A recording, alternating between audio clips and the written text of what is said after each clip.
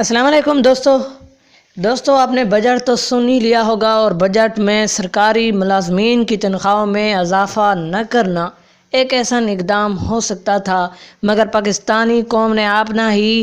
جو دنیا میں مقام تھا وہیں کھو دیا، اور بجٹ میں اپنی تنخواہیں نہ بڑھانے پر حکومت پر برہم ہو کر ایک اچھی قوم ہونے کا ثبوت نہیں دیا۔ دوستو آج ہم کچھ بات کرتے ہیں بجٹ کے بارے میں کہ بجٹ میں سرکاری ملازمین کی تنخواہ میں اضافہ نہ کرنا، ہم سرکاری ملازمین کی ایسی سوشل میڈیا پر پوسٹیں کرنا وغیرہ ہمارے ملک پر اور ہماری معیشت پر کتنا برے اثرات رکھ سکتی ہیں۔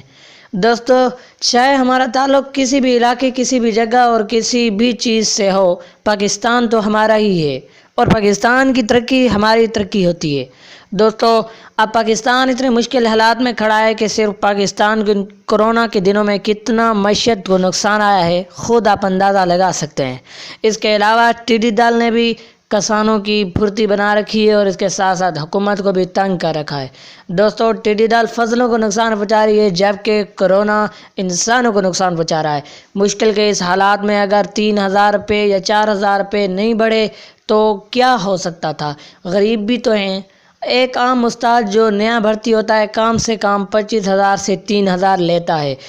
اور اب بھی اگر 30,000 روپیہ ہو اور اس طرح سے اس کے زیادہ سے زیادہ 3,000 روپے بڑھ سکتے تھے 10% تنخواہیں بڑھانے پر، تو دوستو جو استاد 25,000 پر گزارا نہیں کر سکتا 3,000 بڑھانے کے لیے وہ بضد تھا، تو دوستو آپ خود سوچ لیں کہ وہ غریب کا کیا حال ہوگا جس کی مزدوری ماہانہ 5,000 سے زیادہ نہیں ہوتی۔ دوستو سوچنے کی امر یہ ہے کہ اگر 3,000 نہیں بڑھا تو کوئی قیامت نہیں آئی، اور ہمارا خود بھی والد صاحب اور دیگر احباب ٹیچر ہیں، ہم نے ان کو سمجھانے کی کوشش کی کہ 3,000 4,000 5,000 یا پھر 10-12,000 سے ہمیں کچھ نہیں فائدہ ہوگا، مگر ہمارے ملک کو بہت زیادہ فائدہ ہوگا۔ دوستو میری طرف سے لعنتیں اور شرمندگی کرنی چاہیے ان سرکاری ملازمین کی جو اس بجٹ پر نظریں ڈالے ہوئے تھے۔ دوستو اگر ملکی حالات ہوتے امریکہ جیسے یا پھر جاپان، چائنا جیسے، پھر حکومت اگر نہ بڑھاتی تو ہم بھی شکوہ کرتے کہ سرکاری ملازمین کی تنخواہیں بڑھائیں، مگر دوستو یہ ایک ایسا اقدام ہے، اس سے ملک چل سکے گا، اور دوستو ملک کی معیشت بھی آگے بڑھ سکے گی۔ ساتھ ساتھ جو بات رہتی ہے ان لوگوں کی جو لوگ کہتے ہیں کہ ہمیں تنخواہیں بڑھائیں، غربت بہت زیادہ ہے، یا پھر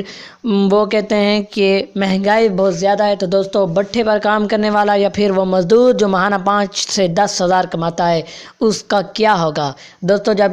30,000 سے 40,000 کمانے والے کا کچھ نہیں بنتا ماہانہ، تو پھر اس کا کیا بنے گا؟ حکومت پاکستان کو سوچنا یہ چاہیے کہ جب اساتذہ یا پھر سرکاری ملازمین جن کی تنخواہیں 50,000 تک کم سے کم ہیں وہ بھی ایسی باتیں کر رہے ہیں تو غریب کا کیا ہوگا؟ ہمارے ملک میں غریب کی عزت نہیں ہے اور نہ ہی کسی کسان کی ہے، اور اس طرح سے اگر ہر ادارہ اچھلتا رہا تو ہمارا ملک کبھی نہیں چل پائے گا۔ اور یہ حکومت کا ایک ایسا اقدام ہے چاہے ہمیں 1 روپیہ بھی نہ ملے لیکن ملک کی معیشت چلتی رہے تاکہ غریبوں کو بھی کچھ سہارا مل سکے۔ دوستو اس کے علاوہ اگر استاد کرام بھی اس بات پر بضد دیں کہ ہماری تنخواہیں بڑھائی جائیں تو یہ استاد نہیں ہو سکتے، کیونکہ دوستو کہا جاتا ہے کہ استاد قوم کا محسن ہوتا ہے، مگر قوم کا محسن جب اپنی تنخواہوں کے لیے لڑے اور بچوں کی پڑھائی کے لیے نہ لڑے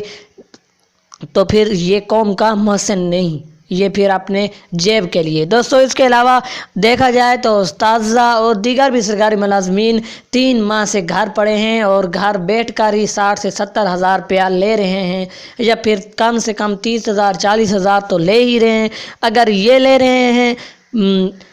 آرام سکون سے بیٹھ کر پنکھے کے نیچے یا پھر ایسیوں کے نیچے 30-40,000، اور اب ان کے 3,000 نہ بڑھنے پر ان کو شکوہ ہے، تو ایسے استاذہ پر بھی ہماری طرف سے لعنت ہو سکتی ہے۔ ہم لعنت نہیں دیتے کیونکہ ہم اس قابل نہیں، مگر پھر بھی سوچنا چاہیے ان استاذہ کو ملکی حالات دیکھ کر کہ 3 ماہ سے گھر بیٹھ کر 40,000 لینے والے پریشان ہیں مہنگائی سے، تو پھر وہ